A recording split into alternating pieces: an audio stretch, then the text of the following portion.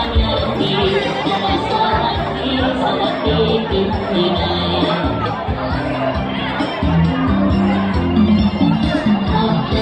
จิตสำคัญเกินจงรักเลื่อนสร้างสุขต่อไป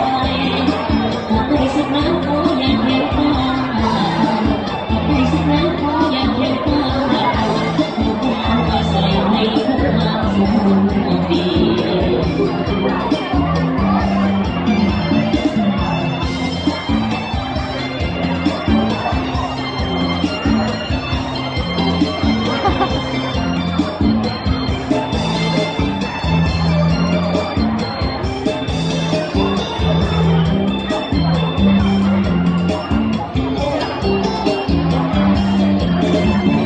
วันนี้วันนี้ปีใหม่มา